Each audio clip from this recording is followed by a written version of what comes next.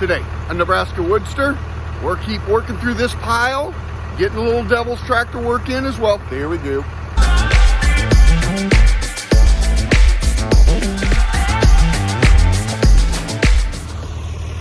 Hey WoodSTRs, my name is Mike. Well, like you heard here, we're going to get the tractor out here, keep growing on old Mount Woodmore there, and we're just continuing on. We're going to try and wrap up some of these rows or keep filling so we can start on the other side. Got a little bit split we need to stack there this morning. Bunch of odds and ends and junks and cuts here to get over to Mount Woodmore. Otherwise, you can see this pile is continuing to shrink. We're just about to get over to that really nasty red elm. So you'll see a couple in here. This piece right here, we got a celebration coming up in town here in a couple of weeks, and they hired a guy to come in and do some sculpting with a chainsaw, but we have to provide the sticks for him. So sounds like he needs 6 foot and he likes 24 inch. I'm like, oh, I should have plenty of those. 24-inch tree, diameter tree is a pretty good size. So that one there is about 21. I'll talk to him here this week, make sure that'll work for him. So a couple of sticks of ash there, then I'll get rid of some of that nasty old red elm to him as well. So anyway, let's get this tractor bucket unloaded and we'll start up some splitting. Here we go.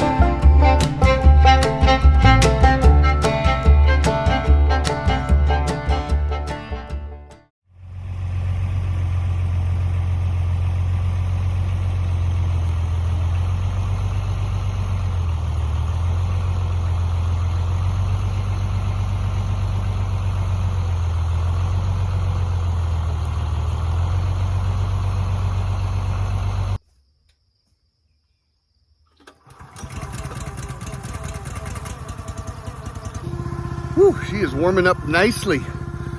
Last night we got the first measurable rain in about 3 or 4 months, so a little extra humidity that I'm not used to in the air. But anyway, all right, let's keep going. See, I'm a little bit farther away than usual. Didn't want to start the morning off and drive those pallet forks right through the motor, so we were being a little extra cautious. So, all right, let's roll.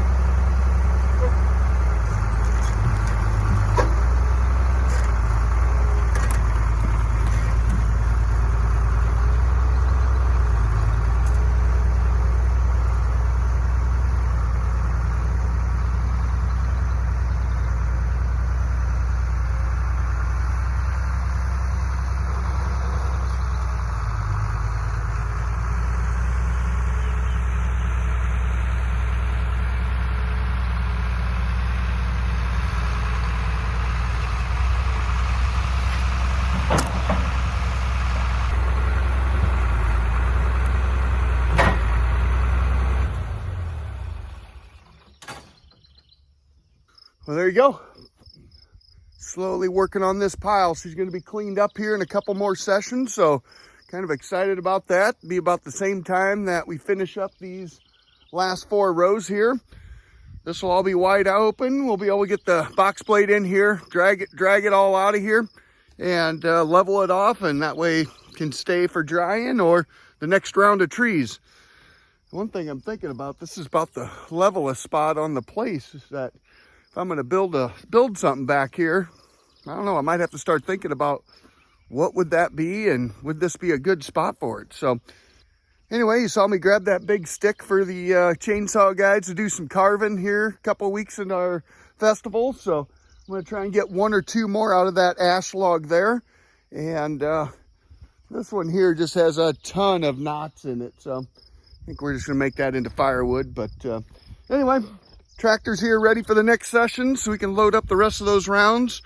We'll get the saws fired up and get the rest of that cleaned up, and we'll be right into the red elm. Pretty excited about that. I was going to show you here.